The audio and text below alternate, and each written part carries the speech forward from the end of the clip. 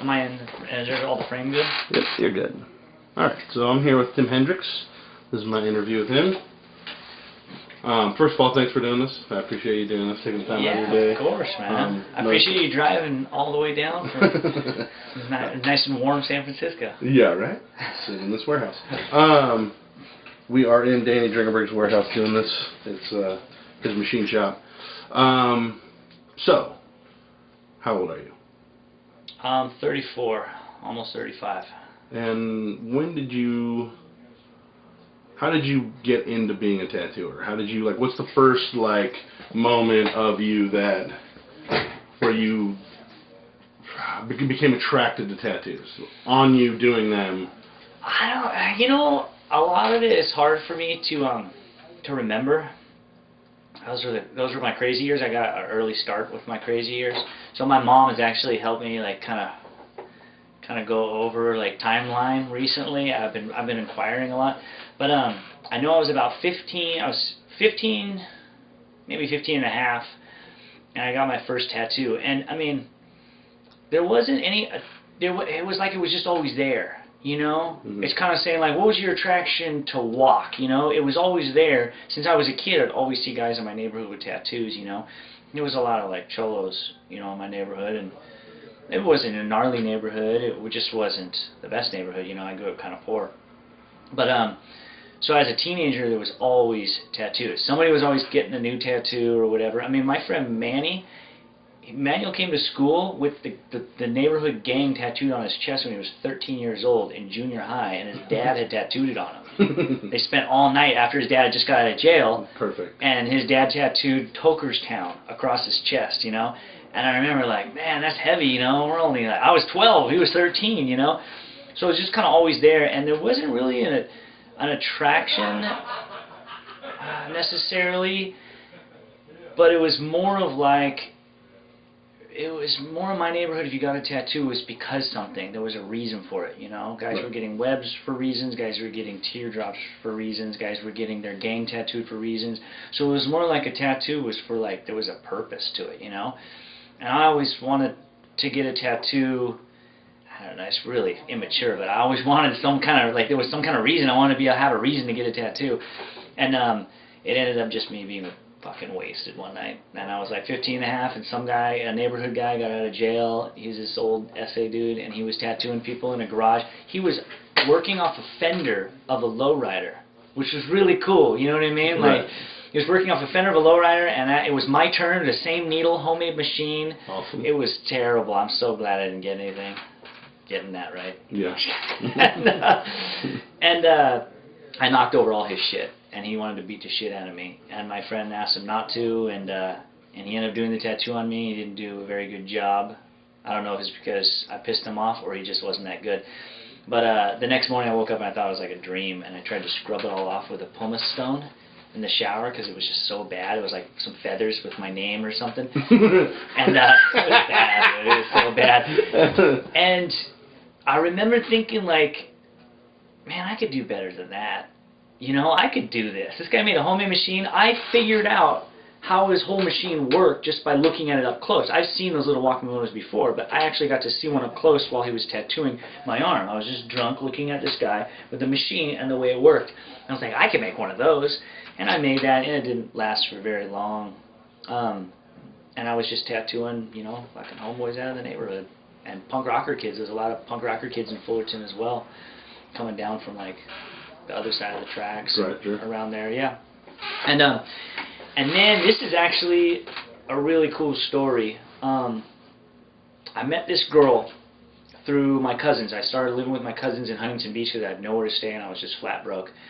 And I was still using homemade machines, and my aunt was getting mad because I pulled out 9-volt batteries out of the smoke detector. She still laughs about it today, so I could power my homemade machines. And I met this girl, and we were partying a lot at that time.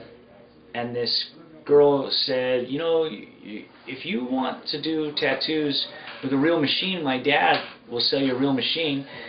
And he wouldn't have sold me a real machine, but I know if a daughter walks up to her dad and says, will you sell my friend a machine? A man really has a hard time refusing his daughter. And so she's all, you have to go down to this place. It's at 22 Chestnut street or avenue or whatever. It's down in Long Beach. And I was like, okay. And I had a hard time finding this. I was like, there's nothing fucking here. And I was driving around with like my 12-year-old and 14-year-old cousin. I was like 16 or 17. And there's nothing there. And I finally saw the tattoo shop. And so I walk in, and there's this old man with like a huge gray beard sitting behind the counter with a fedora on. Oh no, he had a hat on that said, "Yes, it hurts." I remember that. And he goes, "Oh, are you Tim?" He's smoking a cigarette, you know. And well, yeah, I'm Tim. He goes, "Oh, you're my daughter's friend, huh?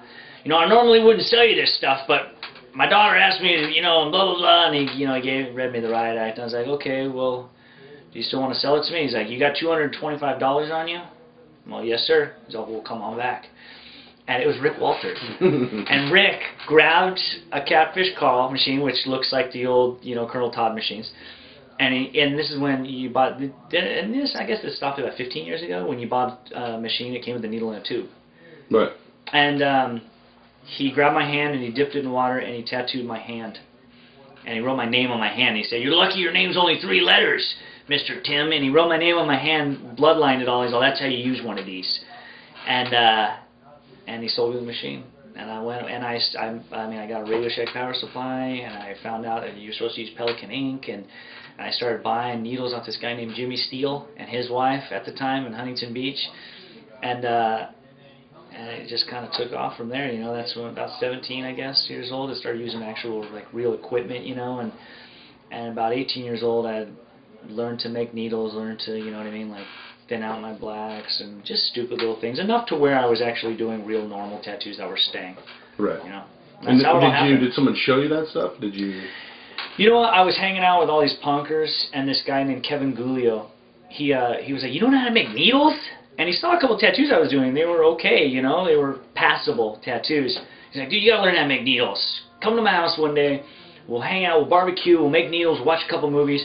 And he had to kick me out like at midnight because I just wouldn't stop. I was so excited that I learned how to make a needle, you know. It was like a whole other thing, and showed me other stuff. And like they say, man, best way to get or learn how to tattoo is to get tattooed. I would get tattooed by him, and I'd learn a new trick and a new trick.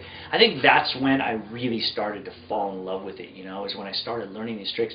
It wasn't just something that I did on the Homeboys because it was some kind of artistic outlet, which it still is. But it was like, it became more than that, you know. It became my life.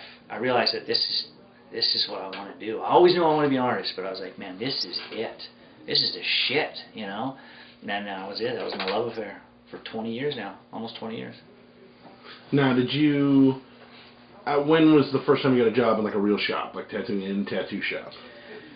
It wasn't until later. It wasn't until I was about maybe 20, early 20s, and I worked for this guy named Daryl Pinney. And now he lives in Thailand. He like left everything in the States and lives in Thailand. I still talk to him now and then. We email and we'll meet up at conventions. But it was a shop in Fullerton, and he was a co-owner with this real piece of work. And when Daryl sold his half, I didn't stay much longer. And then I went and worked for Steve Potts over at Inflictions, and I stayed there for like 9 years. Yeah, that was a long time, and it was a great lineup. I mean. It was slowly built. You know, it was me at first for the first year, 24/7. I didn't have a day off for a whole year. I worked and helped him build the shop, you know. And man, he was so cool. I had a lowrider at the time, and that's a lot of money to drive 40 minutes away in a lowrider, you know. And if I had a goose egg, he would give me money. He would fill up my tank. He took really good care of me and kept me around. And then this girl, Wendy Ramirez, she came, and then Jim Miner came, and then we moved across the street, and we took on the Montoya brothers, Tommy and Mikey Montoya. Then Tom Tilden came over. There was this kid, Brandon. We had Mikio as the helper. I'm probably leaving out some names, but fuck it, you know. It was a good solid crew. I mean, there was burritos flying across the shop. There was bottle rockets being lit while people were taking shits. We were there was really rotten things happening with women in the shops, and you know, like crazy stories. Some of my craziest stories, man, come out of that shop for sure. That's what, like, yeah, that's kind of what tattooing was. Oh yeah. It finds its place always. Always. Never too far from that. Yeah. And now look at you. Now you're here. I guess where's here? Right here. I'm sitting here with my friend. You know what I mean? Like, that's what it all is. Yeah. Right. And And so after Inflictions, where'd you end up going there after this? After Inflictions, there was a back and forth. I went down to this place in Balboa called Electric Tattoo, and I wanted to learn. All I had known was black and gray tattooing. I didn't know anything about. I mean, I could lay in color tattoos, but they were awful. I just didn't understand the art of simplicity. It was so frustrating for me because traditional tattoos were so beautiful and so clean and so simple at the same time, and I could not fucking pull it off to save my life. You know, like it's right there. All I gotta do is copy the Sailor Jerry tattoo, and I would royally fuck it up. So I ventured out and I went and worked down in Balboa with all these traditional artists, and I learned a lot, man. I learned a shit ton about just making it clean and simple, you know, and readable. Yeah, just readable. And it was, oh man, I loved it. Everyone, you know, I wanted to make a business card that says Tim Hendricks capable of more than just portraits and roses, you know, because fuck, I love people are like, what do you love to do, portraits? I'm like, fucking no. I mean, I do. I love to do everything, dude. But I love traditional. My perfect day would be walk into a name, do a fucking tribal tramp stamp, do a traditional tattoo, do a portrait, and then maybe, you know, some weird random thing like incorporate my husband's name in this weird thing, and then get crazy and do something super cool with it where it's actually a cool, maybe half traditional, you know, half something hybrid tattoo, and they're into it. They're like, oh, I never expected that. Man, that's the best. That's my perfect day. Right. Very so then I went from Electric back to Inflictions. Things didn't work out after a little while, and I wasn't there very long before Chris Garver and Clay Decker called me on a three-way phone call.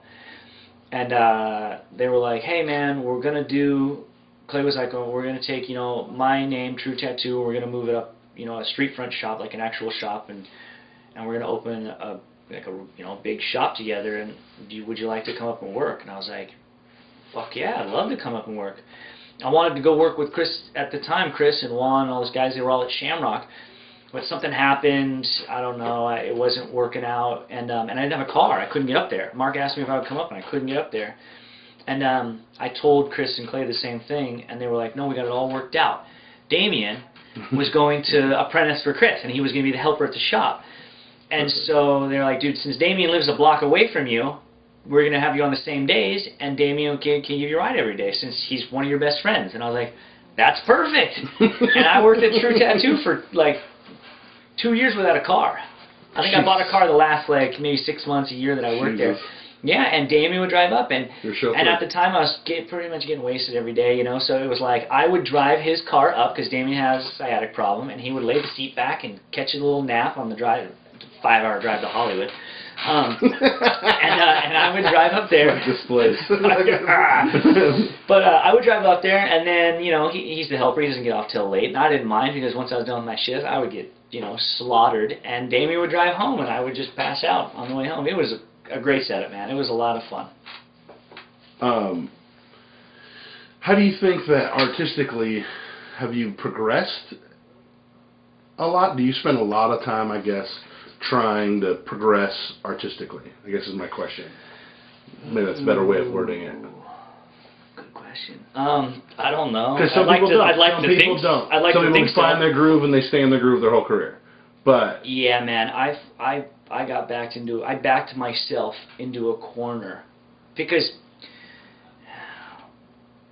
artistic progression is also based on progression of how happy you are, you know what I mean? I guess some people, when they're really miserable, can put out some amazing pieces of art, but I can't, you know? Like, I don't know, man.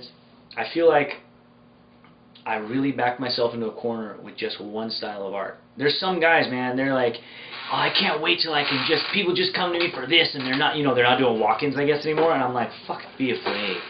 Be very afraid, you know? Right. Because you corner yourself in one type of art, and it gets drab, you know, and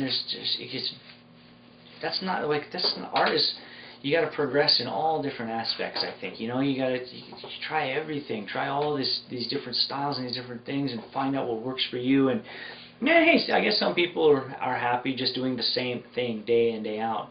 I can't do that. I love working in a walk-in shop. I don't even own an appointment book. I will go to a convention, and whatever walks up, I'll tattoo it. That's my dream come true. That's happiness. I'm so lucky that I get the option to do that though, and I never take that for granted, you know. And if I do, I hope, you know, I got a good friend like you there to slap me upside the head and tell me that I'm doing it, you know. Right.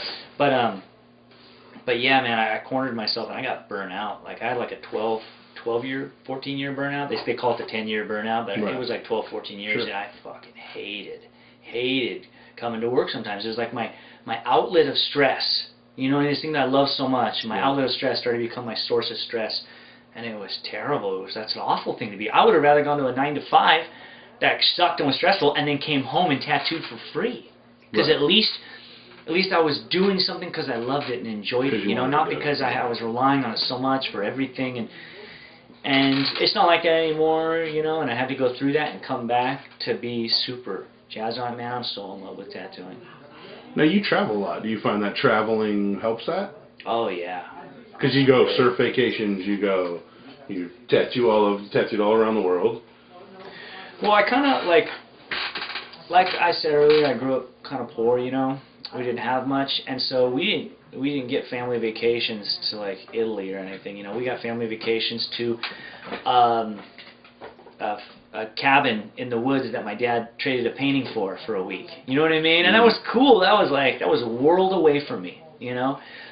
And so I always just wanted to see the world, and I always wanted to surf the world. I know, you know, some people can't understand that, but I started surfing when I was super young, and my dad and I used to always talk about going to like the North Shore, and I mean that's like the surf mecca, you know, and that's your personal proving grounds for how heavy you could surf and what you could do, you know, perform for yourself. And we never got to do that. My dad died, you know, and I still always wanted to do that, you know, and I knew that I had an ability, I had something that could take me there. You know, I could network tattooing to get to all these places in the world that I wanted to see and all these surf spots that I wanted to surf, and I did. I did it. You know, and now, I had my wedding on the North Shore of Hawaii. My best man is a guy who grew up out there and taught me how to like do all these, you know, other surf activities, and my wife's from Hawaii and everything. I mean, it took me to all these different places there, and now like my life is just, it's all tied up into it, you know. It's pretty amazing all the way it worked out. I could never have guessed how all this would work out in a million years. Right. Now you mentioned your dad. Now I know from Damien actually that your dad was an amazing painter. Yeah, he was pretty awesome. Did you think that you learned a lot of your artistic skills from him? Like, did you guys? Oh yeah, for sure. I used to watch him paint in the garage. He split the garage in half and had like a locked door where you could go in his studio, and that's where he painted. And I would watch him paint all the time. He was so meticulous, you know. But I mean, you know what was really cool is besides just him teaching me stuff when I was younger, as a child, you know, just little tricks. He would teach us how to watercolor, and he was an art teacher. Right. You know, it was just what he did. But he did little videos on tape for like public access cable or something, and I got, actually after he died, I got to relearn how to watercolor watching his videos. So it was really cool. It was like I got to learn from my dad watching his step-by-step videos, and they were all just in a row. So I would you know do this for like an hour, you know, and I'd pause it and work on that little step he taught me, and it was just hours of video that I got to watch. And you know what, man, those fucking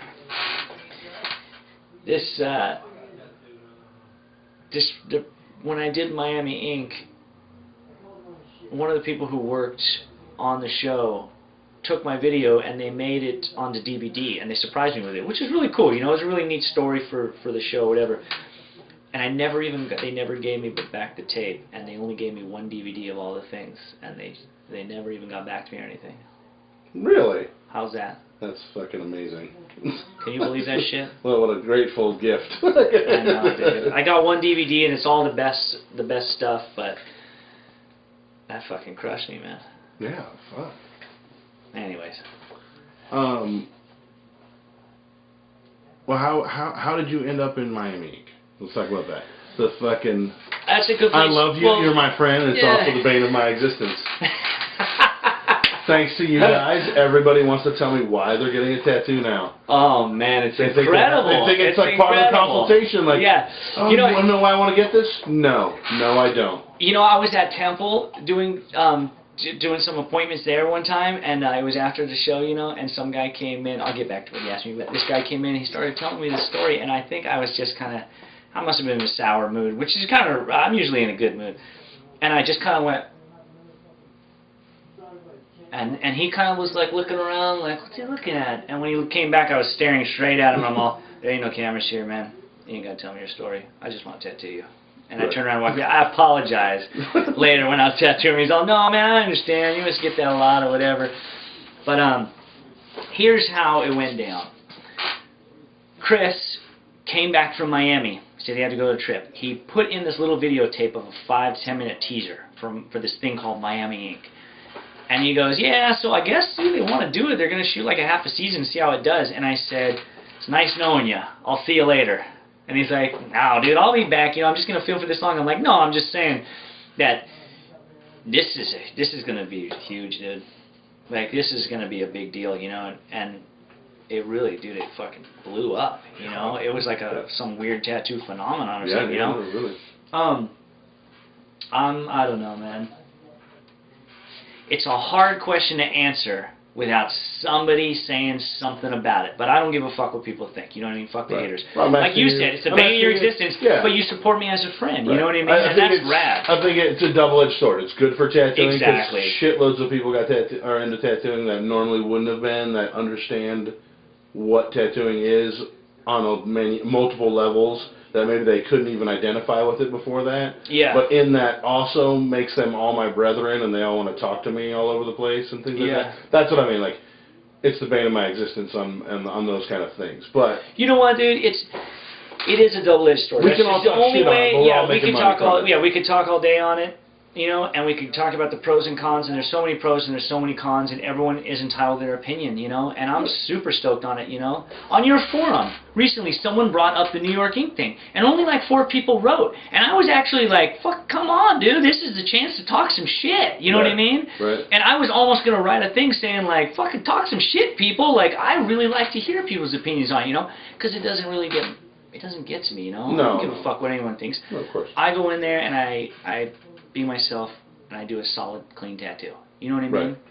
And, you know, I mean, yeah, I feel like I owe it to tattooing, and I owe it to my friends to do a clean tattoo, and it be on my head. And, you know, I don't think I really was like that in Miami. I was not in my head at the time. But, you know what I mean? Like, I feel like I did, you know, hopefully my friends and my inner circle of people some justice, you know. I mean, fuck, they film me for 12 hours a day, 16 hours a day. No one's the nicest guy for 18 hours out of the day. They're only taking 10 minutes out of that and putting it into an hour episode. You know, they can make anybody look like a prick. I don't care how fucking cool you are, you know. Make Martin Luther King look like the devil. Yeah, exactly, you know. Sure. The way I look at it is, honestly, I'm not owed this. I don't have any entitlement issue with being on television. I am not owed to be on TV. You know what I mean? I'm not owed any of this. The way I look at it is, and I'm not just saying this because this is on camera, you know what I mean? Like, I really feel this way, and it's the one thing that bothers me more than anything else is the entitlement issues with tattooing, you know? People think just because they've been tattooing 5 years that they're owed. Well, I'm owed. You know, people open up shops in 2 years tattooing. You know what I mean? Sure. Like, everyone feels like they're owed something, you know, and I don't think just because I've been tattooing almost 20 years that I'm owed to be on TV. I don't think anyone's owed anything, you know. I just think it's just the luck of the draw. It's just that I met Chris, and this thing happened, and then he got me on the show, and eventually it just kind of panned out. It snowballed into a thing where I went out there for the last season they filmed, and it happened. But the way I look at it is the longer that I've been tattooing, the more that I owe tattooing. Because I've been given this gift for 20 years, almost 20 years, I've been given the gift of being able to do what I love.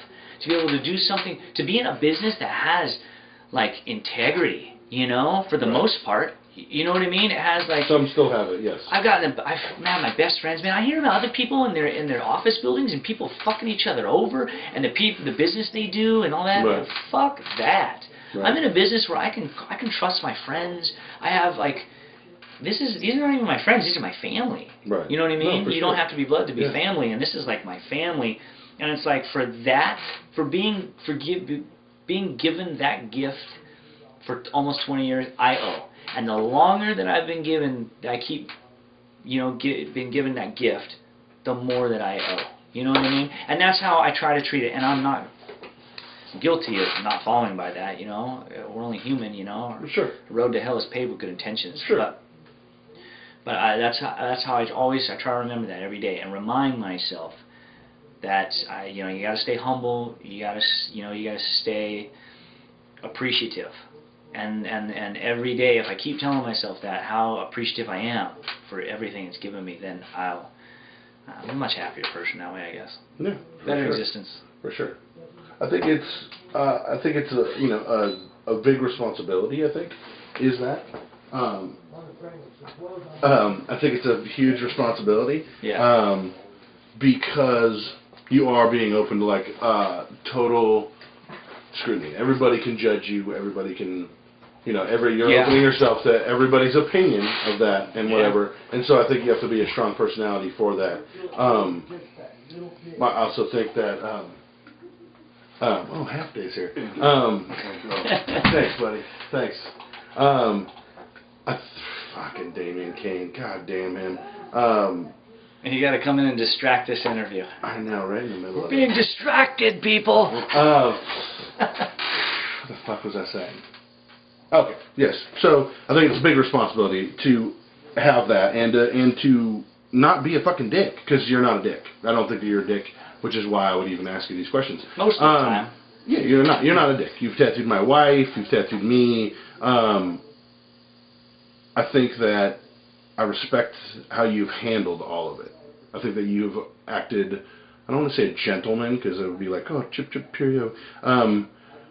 But I think that you've acted in a very professional, adult way of it, and that people can get really retarded when it comes to the TV shit, as we all know people that have.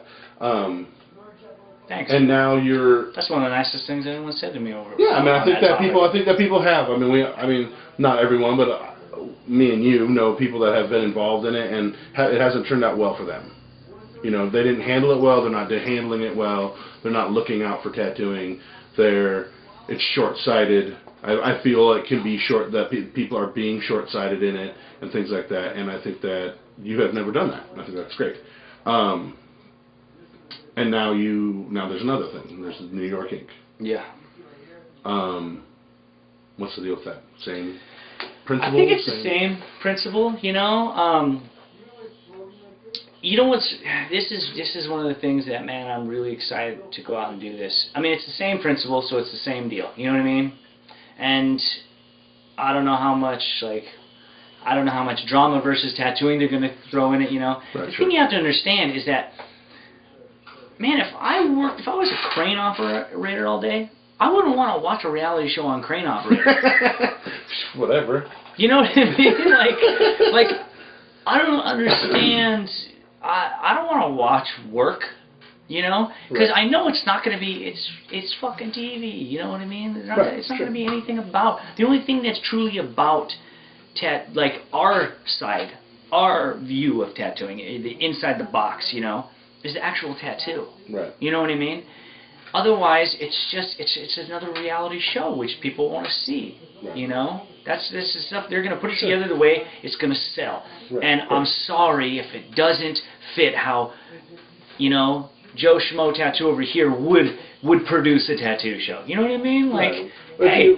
If it was a real tattoo shop and a real show about a tattoo shop, people get tired of fart jokes. Yeah. Real fast. Yeah, you know what I mean? And they throw that shit in too, Right. because it is cool, you know what I mean? And that's why they do it, it has to be something there. Sure. I'm excited, man, because you know what? Tommy Montoya is going to be on the show. Oh, nice. And when I went and talked to them, casting about some stuff, they're like, they're like, this is funny. Do you know any cholos? And I'm like, cholos? Like a gangster? You like you're talking about like kind of a Hispanic style like neighborhood kind of dude or something? And they're like, yeah. I'm like, how do you want? Like what? Like tall, medium, like young, old, you name it. And And she laughed, and I'm like, I got the guy for you, and it was just an instant. I mean, who couldn't like it? I don't know if you've ever met Tommy. I don't know. But just know oh man, him. it's exciting to be around the guy. You know, he's amazing. And I mean, Tommy and I worked together in Afflictions for like 4 or 5 years. I think we must have fist fought in the shop like at least 2 times, maybe 3. And I mean, it's like a brotherly love type of thing. You know, at Right. the end of the day, we'd be hugging each other. I love you, man. You know. Right. So I think that's going to be cool because you know it's going to be real, and they're going to get what they want, and he's an amazing tattooer. Right, which is the most So, important part to yeah. me, is that good tattooing is promoted. He's an incredible tattooer, and he's a tattooer. You know what I mean? Like a real tattooist. Right. He comes in, he works a lot. He does some of the most beautiful portraits I've ever seen. He can do anything. You know, he's just known for portraits, but he gets it. You know, and he gets all the unwritten laws that we have, and he follows up by them all, and he's just a real, he lives for this. This is what he is. He's a tattooer. So that's really cool. I'm really glad that it all worked out and that he gets to go out there too. Now, how is this going to affect like the saltwater tattoo thing you have, which is sort of you have a side, you are a supplier to tattooers. I don't know. Is it know. going to affect it or not, or? No. I mean, like as far as being able to produce machines and things like that. Yeah, you make machines and your. Well, you know what? Since I found out this was going to go on, I actually I prepared and I've just been grinding away. You know what? I'm not going to say grinding. I've been working away, the labor of love, in my machine shop for like the last 2 months, and you know what I mean, and making stockpiling some machines and some custom machines and different things like that, rather than just kind of taking it as it comes, you know. And I stockpiled a lot of pens and things like that, and my best friend is gonna be just shipping out orders while I'm gone, you know. And I'm coming back every couple of weeks. I come back, you know, and my friend is house sitting in my place for me, and I'm going to be just, doing that. You know, it only takes so long to film and do all that, but no, I've prepared, you know, and it's all still like my machine shop, you know, it's just like Dan's place, you know, it's all in one place, and it's just in my garage, you know, and I do it all, literally, all out of my garage, right there. Handmade. All handmade, yeah.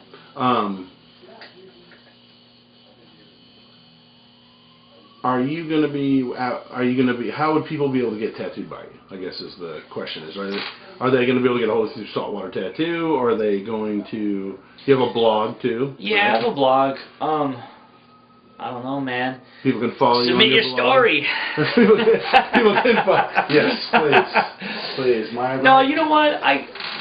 This symbolizes my right leg being shorter than my left. Yeah. And my cat is getting off of drugs. Oh man, I love coming up with the most amazing stories. I love hearing them. Truth is stranger than fiction.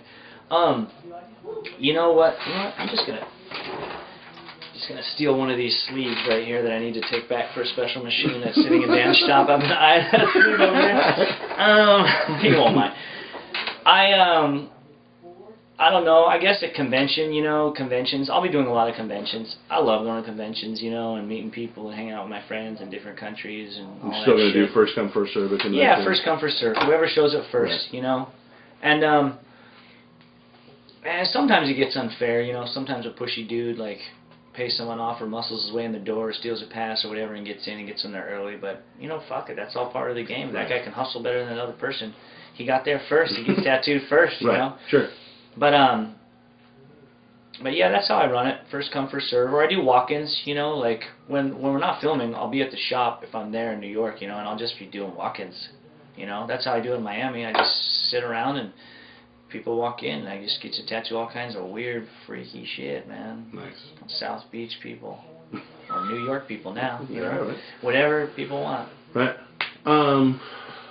I guess that's kind of pretty much it. I guess I ask everybody sort of this question at the end of it is what your opinion of where you think this is kind of going. Like where tattooing as a whole is going. Because it's sort of unfolding exponentially. Like there's so many tattooers now. It's such a big fucking thing now. You can only cut the pie so many different ways before no one's getting fed. There's going to be more tattooers than customers. You know what's crazy, man? It's like, and I still believe, and I know, things just change. Things just change. And you know what? The old schoolers, the generation before us probably complained about some kind of modern thing that was changing everything then. And then they complained it before then and before then. And, I'm not going to complain about it. It's just this is the way things are going. And I'm going to adapt and keep contributing something positive and something with, some kind of integrity to it. You know what I mean? Because you don't, just because people change or times change doesn't mean you have to sacrifice integrity for it. You can change and still keep that. But I still believe in just like some of the old, I really hope that some stuff doesn't change. I mean, I don't know how to describe it. I like going to a shop and working with these people. Even though I can see all their work, there's a difference. There's something you pick up when you work with people and you see the work firsthand, you see how they work, and you get a vibe, like the energy that they put out while they do a tattoo. It's all that shit that creates their style and their makeup of the tattoo that they're producing, I love to go to London, and see Mo and Dante's shop, all the guys that are working there and all the girls that are working there just putting out amazing shit. And you can't get that feeling from checking something online, But it is cool, even though I'm not there, I can go on my phone right now and I can be I can see 30 different shops and half the tattoos they did that day. Right. And I really have a lot of respect for my friends that post everything for the world to see, even though it may not be their best work, because it gets them to work harder. You know what I mean? It gets them well, I'm just going to post everything, and it makes me want to do a really good tattoo, But then everyone's worried, well, what about the styles, because you have a certain type of style. At one point there was the Japanese style. I remember, Ed and they were all going over and picking up on those styles and bringing it over here, So it was you had one style, and then you had a West Coast style, then you had an East Coast style, and then you had some of the styles that were coming out of the UK, and then you had some some European styles, and you had you had tribal styles that really came from these places, And then now it's it's all starting to mix together because the interactive world is so huge. It's well, what's going to happen if people are well, everybody's going to look the same. It's all going to look the same. There's going to be no style and this and that. And it's well, yeah. But then look at the next thing that's going to happen. The next thing that's going to happen is it's going to be so easy to point out the individuals, the people that rise above it, the people that add something unique to it and bring it to a whole nother level of quality and style and difference. Those people are going to be easier to spot out. So it's it's another double-edged sword. Yeah, I'm fascinated. You know what I mean? I'm fascinated with the. I'm not technologically advanced. I'm not at all. I'm very technologically stunted. But I am fascinated. I am.